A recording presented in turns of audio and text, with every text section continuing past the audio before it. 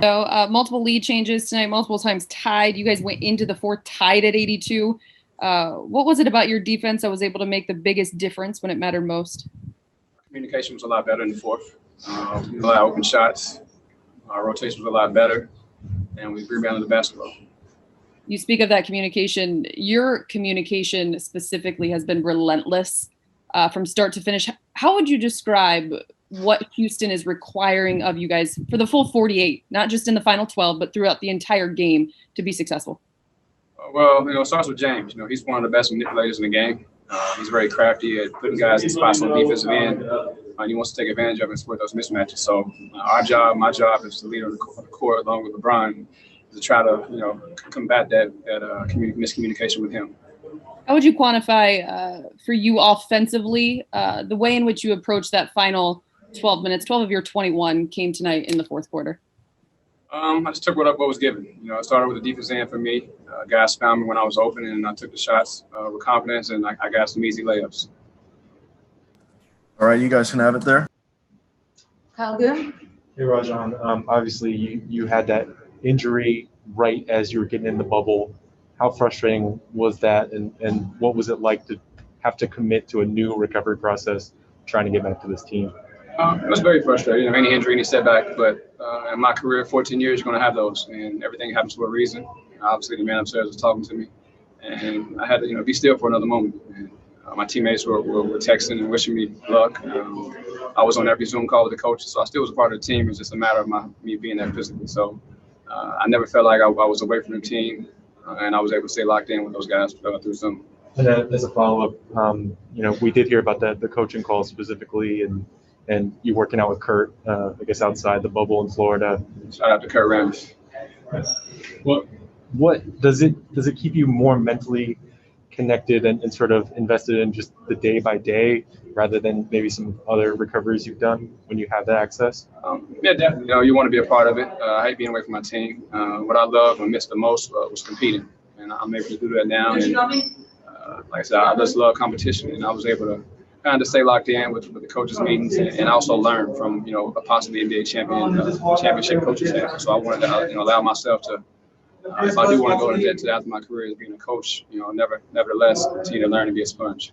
There was some talk between when you came back about the adjustment period that you would need, just like anyone would need for a while. And basketball, we had a game in 6 months. I'm wondering, between game 1 and 2, do you think it was that, or was it just a matter of seeing up front, seeing up close what Houston does, and you breaking that down and adjusting to it in terms of just game planning? Yeah, I put a lot of time in film. I was very critical of myself in game 1, even though I haven't played in 6 months. I still, have high expectations of my play, and I had 4 turnovers that game, and a lot of them were self-inflicted. So I wanted to come back the following game and take care of the ball, which I did. So. I gave myself a shot, be on the floor, taking care of the ball and finding my teammates. And that's what I do. So I just try to, focus on that the last couple games. Is this situation, the playoffs, these high-pressure games, is that when the experience that both you and LeBron have had over the years in the playoff games, is that when it comes through and when it's really important? You try to approach every game as important, but obviously, I think all we did was do our job. We won 2 games. We're number 1 seed, so in my eyes, that's expected. They got us the first game, and these last 2 rounds, the teams have gotten off to good starts. Obviously, winning the first game, so we made great adjustments. The coaches, the staff are doing a hell of a job of making adjustments, and we're capitalizing. We can't learn on the floor with the every other day schedule. Hopefully, the NBA will give us a break sometime. They're running us to the ground, but other than that, like I said, we're getting better with film, and every other day schedule is tough. But at the same time, that's what we do. Oh, sorry, we're going to take 2 here. Go ahead, Will. All right, yes, I will take 2 more. Thank you. Dave? Hey, Rajon, good to see you and hear from you. We didn't get a chance to talk to you after the league had that 3-day protest, and I wanted to know what you thought of that moment for the league and just in general, what's been going on in terms of the league's social justice efforts over the last several months. I do have to give the league credit. We're always, first to lead with our actions. We done a hell of a job of getting the the message out there of what's going on and how we can make change in our community. But the players, on the ground running, we necessarily can't do it from where we are now, but obviously keep people in our home cities and have an understanding of what we need to do to make change.